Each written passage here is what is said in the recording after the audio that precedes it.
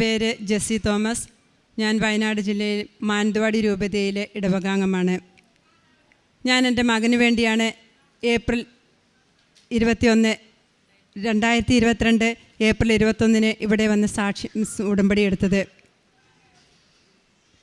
എൻ്റെ മകളുടെ വിവാഹം ജനുവരി 6 മകന് അബുദാബിയിലായിരുന്നു ജോലി. അവൻ വിവാഹവും കഴിഞ്ഞ് ജനുവരി 30 അബുദാബിക്ക് പോയി. അവിടെ ചെന്ന് 1.5 മാസത്തോളം ജോലി ചെയ്ത് കഴിഞ്ഞപ്പോൾ ഫുജ്റ ജയിലിൽ നിന്നും പോലീസുകാരൻ വിളിച്ചിട്ട് പറഞ്ഞു, ഒരു പരാതി കിട്ടിയിട്ടുണ്ട്, അതുകൊണ്ട് നീ ഇവിടം വരെ വന്ന് വരണമെന്ന്. അങ്ങനെ അവൻ കൂട്ടുകാരുമായി മാർച്ച് 9 ഫുജ്റ ജയിലിലേക്ക് ചെന്നു.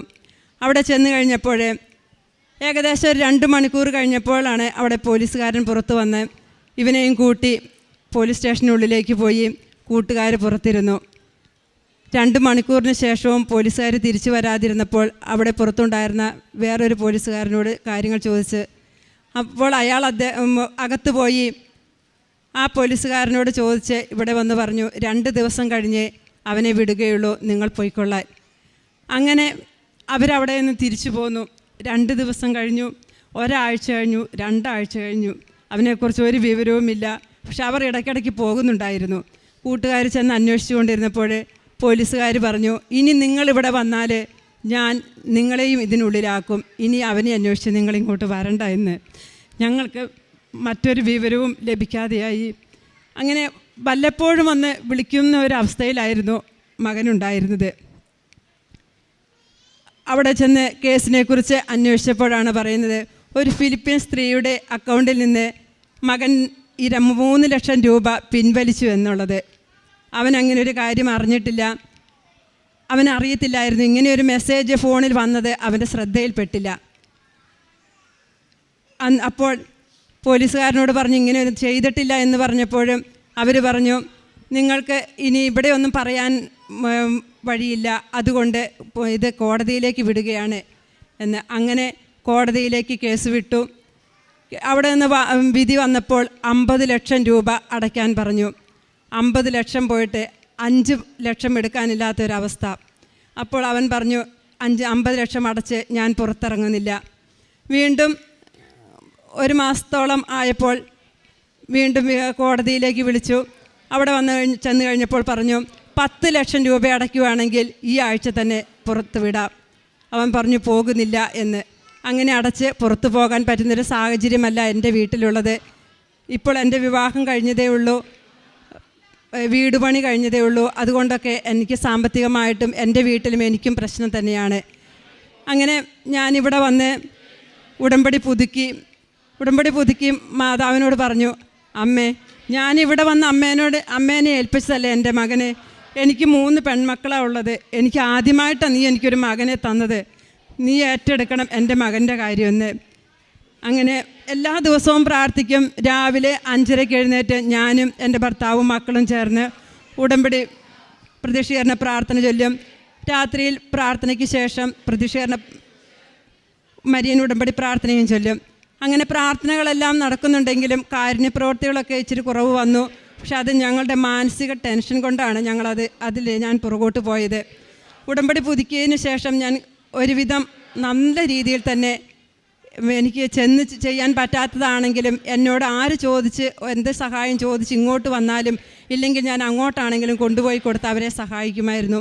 അങ്ങനെ അമ്മയുടെ ഇടത്ത് എന്നും പ്രാർത്ഥിച്ചുകൊണ്ടിരുന്ന സമയത്ത് സെപ്റ്റംബർ 3 അവിടെ വീണ്ടും കോടതിയിൽ നിന്ന് വിളിച്ചു. അന്നേരം ആ വിധി വന്നത് 3 ലക്ഷം രൂപ കൊടുക്കാൻ പറഞ്ഞാണ്. അന്നേരം അവൻ പറഞ്ഞു, ഞാൻ അത് തരാം, വീട്ടിലേക്ക് ഞാൻ ഒന്ന് വിളിക്കട്ടെ, അവരെന്താ പറയുന്നത്, എൻ്റെ കയ്യിൽ പൈസയൊന്നുമില്ല. അവൻ്റെ അക്കൗണ്ടിൽ നിന്ന് ഒരു പൈസ പോലും പിൻവലിക്കാൻ പറ്റാത്തൊരു സാഹചര്യമായിരുന്നു. അന്നേരം ഞാൻ വീട്ടിലേക്കൊന്ന് വിളിക്കട്ടെ എന്ന് പറഞ്ഞ് അവർ ഫോൺ കൊടുത്തു. വീട്ടിലേക്ക് വിളിച്ചു. ആ പൈസ അടയ്ക്കാമെന്ന് പറഞ്ഞു. അവൻ്റെ വീട്ടുകാർ തന്നെ 3 ലക്ഷം രൂപ ആ സമയം തന്നെ അവർ തന്ന അക്കൗണ്ടിലേക്ക് കൊടുക്കുകയും ചെയ്തു. അങ്ങനെ ഞാൻ മാതാവിനോട് പറഞ്ഞിരുന്നു, അമ്മയുടെ തിരുനാളല്ലേ, അമ്മയുടെ ജന്മദിനമല്ലേ 8-ാം തീയതി, അമ്മ എന്താ എൻ്റെ പ്രാർത്ഥനയ്ക്കൊരു ഉത്തരം തരാത്തത്? ഞാൻ ചോദിച്ചതല്ലേ, അമ്മ എനിക്ക് തരും, എന്നെ കൈവിടില്ല, ഞാൻ ഏതൊരവസ്ഥയിലും ഞാൻ എൻ്റെ അമ്മയെ തന്നെയാണ് ആശ്രയിക്കുന്നതെന്ന്. അമ്മ, ആ മകന് യാതൊരു ആപത്തുമില്ലാതെ സുരക്ഷിതമാണ് ആ മകനെങ്കിൽ എനിക്കൊരടയാളം കാണിച്ചു തരാൻ. അങ്ങനെ ഞാൻ പ്രാർത്ഥിച്ചുകൊണ്ടിരുന്നപ്പോൾ അമ്മ എനിക്ക് ശരിക്കും കാണിച്ചു തന്നു. അവൻ്റെ തലയിൽ തലയോടുന്ന പരിശുദ്ധി അമ്മ. എനിക്ക് ഒത്തിരി സന്തോഷം തോന്നി. സന്തോഷം കൊണ്ട് ഞാൻ എൻ്റെ ഭർത്താവിനോടും മക്കളോട് പറഞ്ഞു ചേട്ടായിക്ക് ഒന്നും സംഭവിച്ചിട്ടില്ല, ചേട്ടായി ഇപ്പോഴും സുരക്ഷിതനാണ്, മാതാവിൻ്റെ മടിയിലാണ് ചേട്ടായി ഉള്ളതെന്ന്. എൻ്റെ ജീവിത പങ്കാളിയോടും പറഞ്ഞു അവനൊന്നും സംഭവിച്ചിട്ടില്ല, അവനെ മാതാവ് ഇങ്ങനെ സംരക്ഷിച്ച് കൊണ്ട് നടക്കുന്നുണ്ട്, ഒന്നും വന്നിട്ടില്ല എന്ന്. എങ്കിലും സന്തോഷവും സങ്കടവും നിറഞ്ഞ ഒരു ജീവിതം അങ്ങനെ മുന്നോട്ട് പോയി. 12-ാം തീയതി വൈകുന്നേരമായപ്പോൾ ഫുജ്ര ജയിലിൽ നിന്നും അവിടെ നിന്ന് മകൻ തന്നെ വിളിച്ചു, ഞാൻ നാളെ 10 മണിക്ക് കരിപ്പൂർ വിമാനത്താവളത്തിൽ ഇറങ്ങുമെന്ന്. ആ സന്തോഷത്തിന് ഞങ്ങളുടെ വീട്ടിലും അവൻ്റെ വീട്ടിലും ഒരതിരില്ലായിരുന്നു. ഞങ്ങൾക്ക് അതിനിടയ്ക്ക് 6 മാസത്തിനുള്ളിൽ അതിനിടയ്ക്ക് 4 or 5 പ്രാവശ്യം മാത്രമാണ് വിളിക്കാൻ സാധിച്ചത്. പരിശുദ്ധി അമ്മ ഞങ്ങൾക്ക് ചെയ്തു തന്ന ആ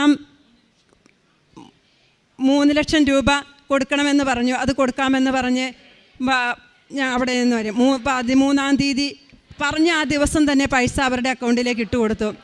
അങ്ങനെ ഞാൻ അന്നേരം അമ്മയോട് ചോദിച്ചിരുന്നു, അമ്മേ, മകൻ എടുത്തതല്ല എങ്കിൽ, അവൻ ആ തെറ്റ് ചെയ്തിട്ടില്ലെങ്കിൽ ഒരിക്കലും ആ പൈസ അവിടെ എടുക്കരുത്, ആ പൈസ ഞങ്ങൾ കൊടുത്തതുപോലെ ഞങ്ങൾക്ക് തിരിച്ചു തരണമെന്ന്.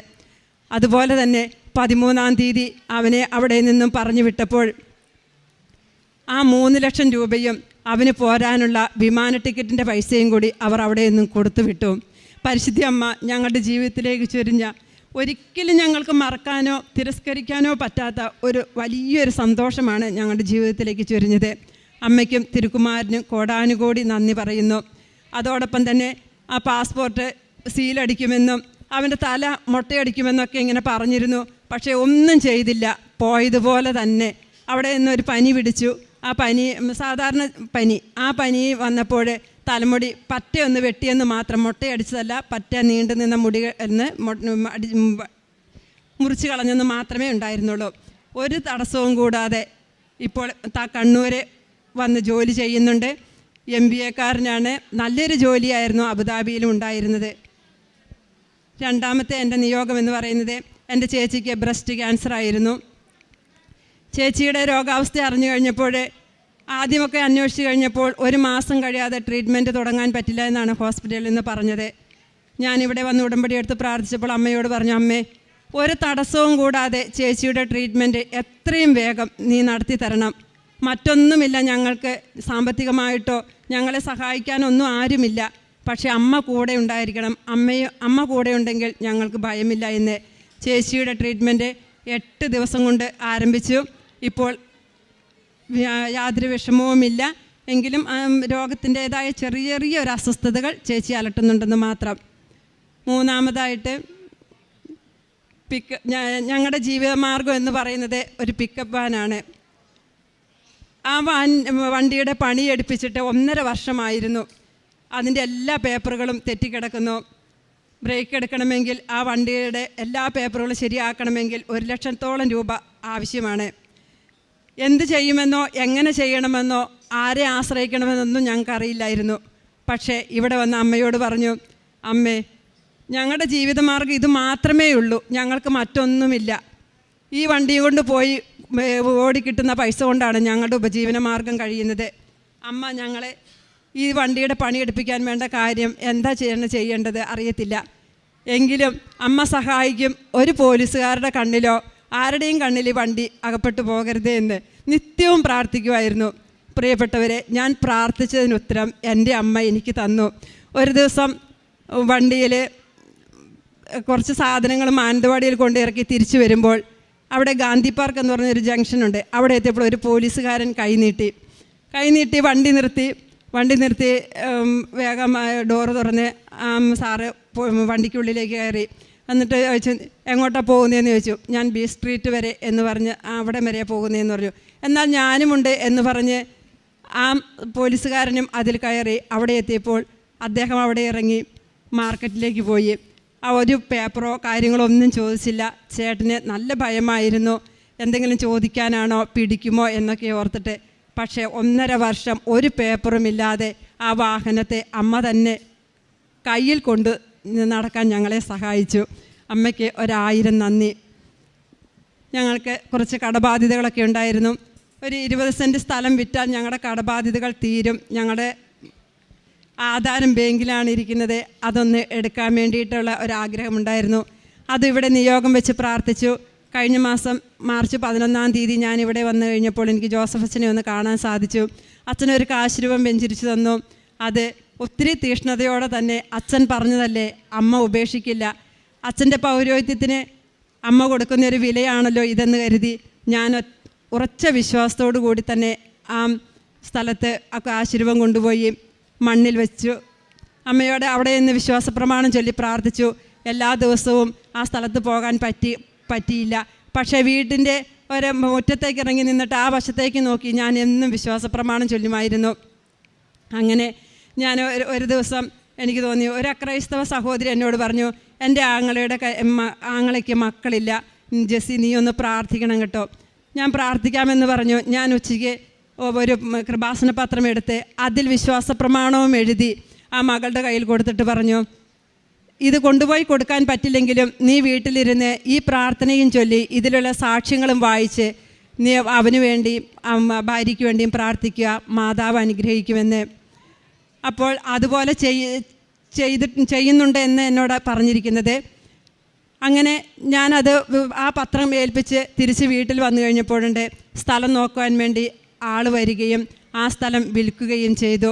അതിൻ്റെ ആധാരം എടുക്കാൻ കഴിഞ്ഞില്ല, പക്ഷേ പൈസ ഞങ്ങൾക്ക് ഓഗസ്റ്റ് മാസത്തിലേ കിട്ടുകയുള്ളൂ.